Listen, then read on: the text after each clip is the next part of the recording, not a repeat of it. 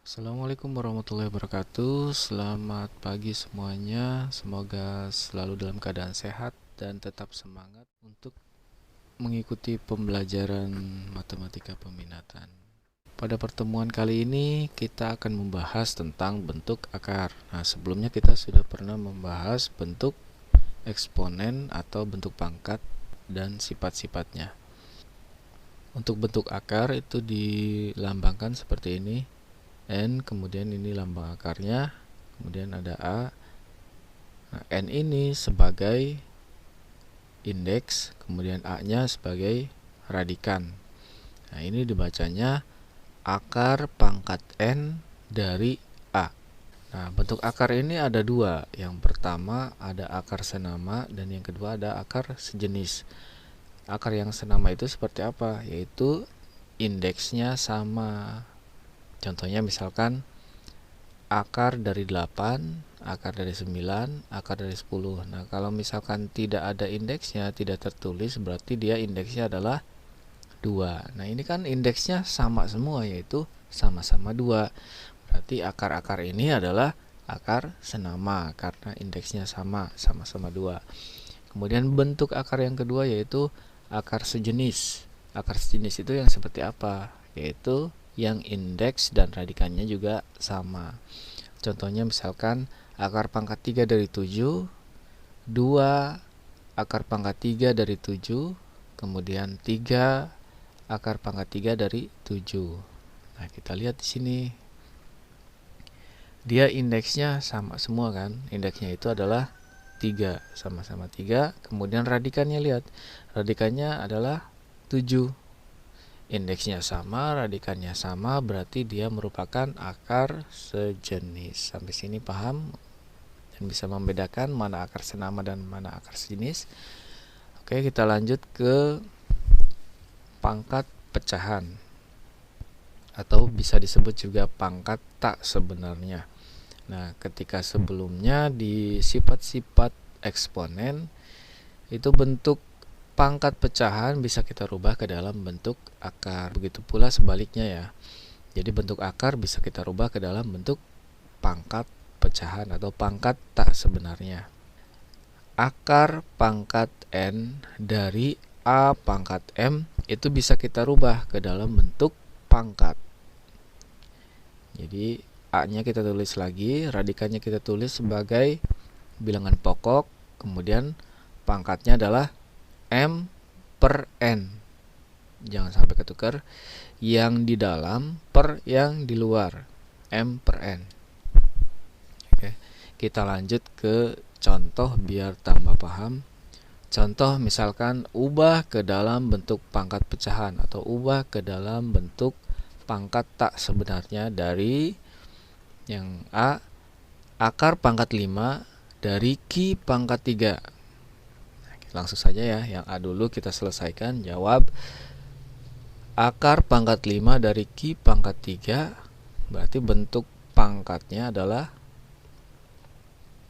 kita tulis dulu radikannya sebagai bilangan pokok. Radikannya berapa? Yaitu Q.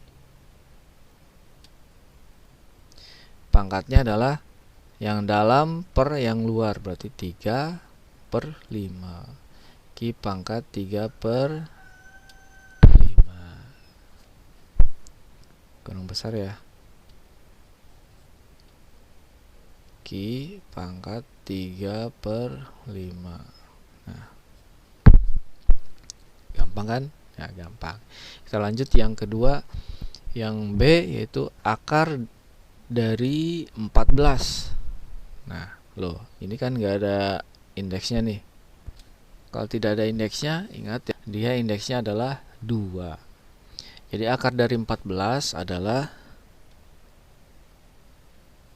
kita tulis 14-nya, kemudian nah 14-nya ini kok tidak ada pangkatnya. Kalau ingat, kalau tidak ada pangkatnya berarti pangkat 1. Di sini pangkat 1, kemudian di sini indeksnya 2, jadi 14 pangkat 1 per 2. Oke, kita lanjut ke operasi pada bentuk akar. Operasi aljabar pada bentuk akar ada penjumlahan, pengurangan, perkalian, dan pembagian. Untuk yang pertama, operasi yang pertama yaitu penjumlahan dan pengurangan. A akar C ditambah atau dikurangi B akar C itu sama dengan A ditambah atau dikurangi B dikali akar C. Ini hukum asosiatif.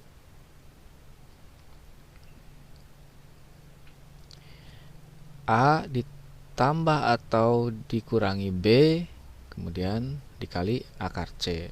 Nah, jadi A dan B-nya dijumlahkan atau dikurangi kemudian dikali akar C. Nah, syaratnya adalah A, B, C-nya itu adalah bilangan real dan juga C-nya lebih besar atau sama dengan 0 atau C-nya itu harus positif. Langsung saja ke contoh biar paham. Contoh yang pertama yaitu 3 akar 5 ditambah 4 akar 5. Nah, dalam penjumlahan dan pengurangan ini, syarat akar yang bisa dijumlahkan atau yang bisa dikurangkan itu akarnya harus sejenis. Ingat ya, kalau tidak sejenis berarti tidak bisa dijumlahkan dan dikurangkan. Nah, contoh yang pertama, 3 akar 5 ditambah 4 akar 5. Kita lihat apakah akarnya ini sejenis atau senama. Di sini akar 5 indeksnya 2, radikannya 5. Di sini juga akar 5. Berarti ini sudah pasti akar sejenis dan bisa dijumlahkan. Berarti jawabannya adalah 3 ditambah 4 kemudian akar 5. Atau bisa ditulis 3 tambah 4 itu 7 akar 5. Sampai sini paham? Kita lanjut ke contoh yang kedua. 7 akar 3 ditambah 4 akar 3. Nah, sama-sama akar 3, berarti ini akar sejenis, berarti bisa dijumlahkan. 7 tambah 4, 11, kemudian akar 3. Kita lanjut ke contoh yang ketiga. Akar 2 ditambah akar 3 akar 2 ditambah 5 akar 3. Ada 2 akar sejenis. Nah, kalau 3 akar 3 ini adalah akar senama ya. Akar senama, akar 2 dan akar 3 itu akar senama. Jadi ya kita jumlahkan yang akar sejenisnya saja. Akar 2 ditambah akar 3, akar 2 ditambah 3 akar 2. Nah, di sini nggak ada angkanya nih. Kalau nggak ada angkanya berarti angka 1. Ini artinya kalau akar 2 saja berarti dia koefisiennya 1 akar 2. Jadi kalau dijumlahkan ini 1 tambah 3 jadi 3.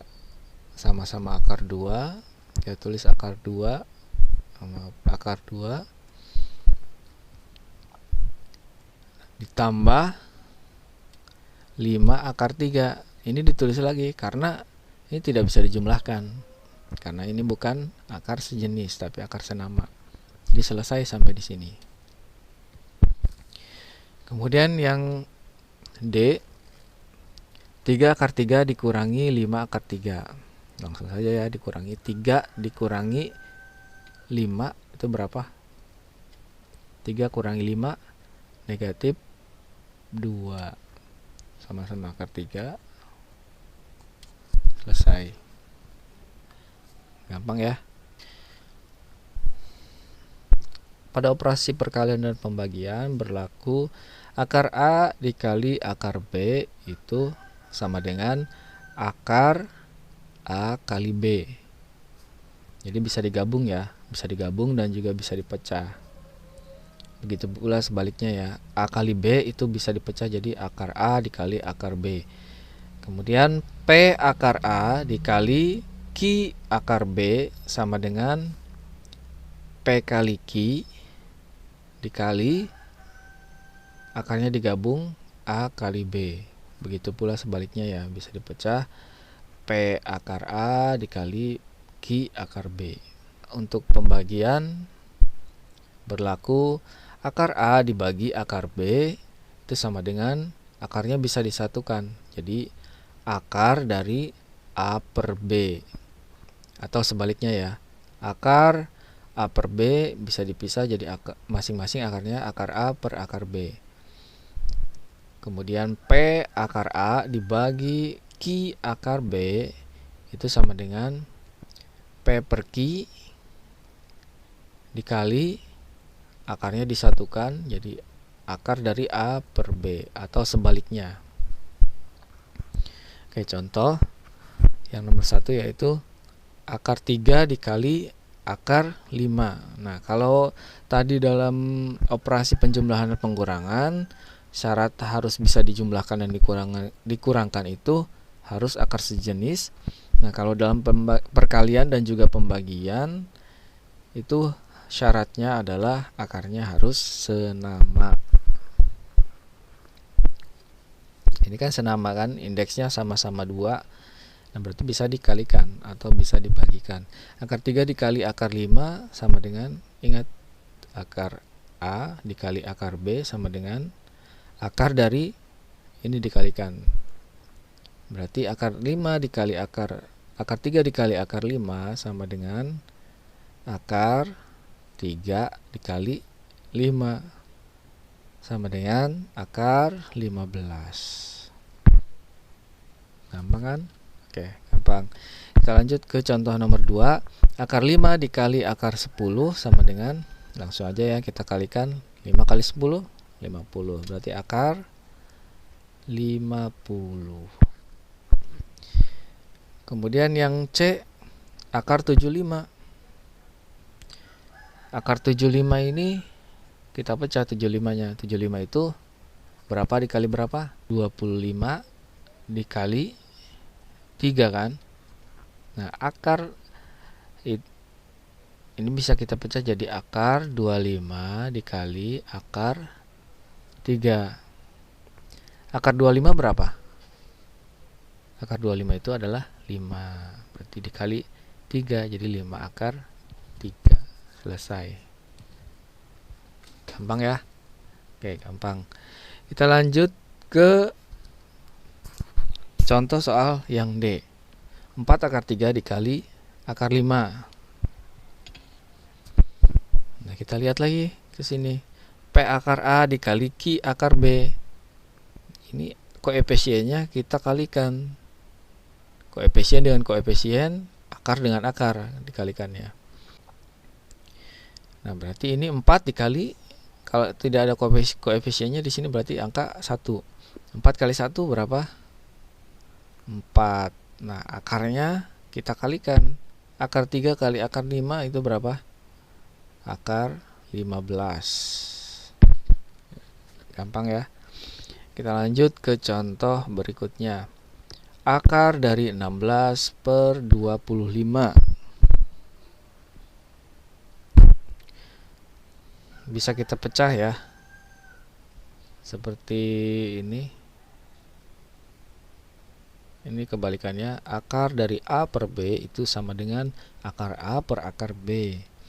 Berarti ini akar 16 per akar 25. Akar 16 itu berapa? 4. Akar 25, 5. Jadi hasilnya adalah 4 per 5. Lanjut contoh berikutnya, yaitu akar 75 per akar 3. Akar 75 ada tidak? Nggak ada ya. Akar 3 juga tidak ada. Berarti kita gabungkan saja. Jadi akar 75 per 3. 75 dibagi 3 berapa? 75 dibagi 3 itu 25. Jadi 75 bagi 3 25. Akar dari 25 berapa? 5. Selesai. Gampang kan? Gampang. Oke, lanjut ke bentuk contoh soal yang lain dari bentuk akar. Yang nomor 1, akar 12 ditambah 5 akar 3 dikurangi akar 27. Nah, kita lihat ini ada penjumlahan dan pengurangan. Dalam penjumlahan dan pengurangan, ingat, yang bisa dijumlahkan dan bisa dikurangkan itu syaratnya adalah akarnya harus sejenis. Kita lihat di sini akarnya sejenis tidak? Ini radikannya 12, 3, ini 27. Nah, berarti ini bukan akar sejenis, tapi akar senama. Tapi nanti dulu, kita bisa rubah bentuk akar ini ke dalam bentuk akar sejenis. Yang pertama akar 12, coba kita pecah. 12 itu berapa kali berapa? 12 ini adalah 4 dikali 3 kan. Jadi akar 12. Nah, ditambah 5 akar 3 dikurangi 27 itu kalau kita pecah menjadi 9 kali 3. Akar 4 itu berapa? Akar 4 itu adalah 2. Berarti 2 akar 3 ditambah 5 akar 3 dikurangi akar dari 9 adalah 3. Berarti yang masih dalam akar 3. Nah, ini kan sudah sejenis nih akarnya, sama-sama akar 3. Baru kita jumlahkan dan kurangkan. 2 ditambah 5, 7. Dikurangi 3, 4. Jadi 4 akar 3. Selesai. Gampang ya? Gampang. Kita lanjut ke contoh, bentuk contoh soal berikutnya. 2 ditambah akar 3 dikali 1 dikurangi akar 5. Berarti kita kalikan nih. Yang pertama 2 dulu kita kalikan ke 1 dikurangi akar 5. 2 dikali 1 berapa? 2 ya. 2 dikali negatif akar 5. Berarti jadi negatif kan? 2 kali negatif akar 5 jadi 2 akar 5. Nah, 2 selesai dikalikan ke semuanya. Kemudian sekarang tinggal akar 3.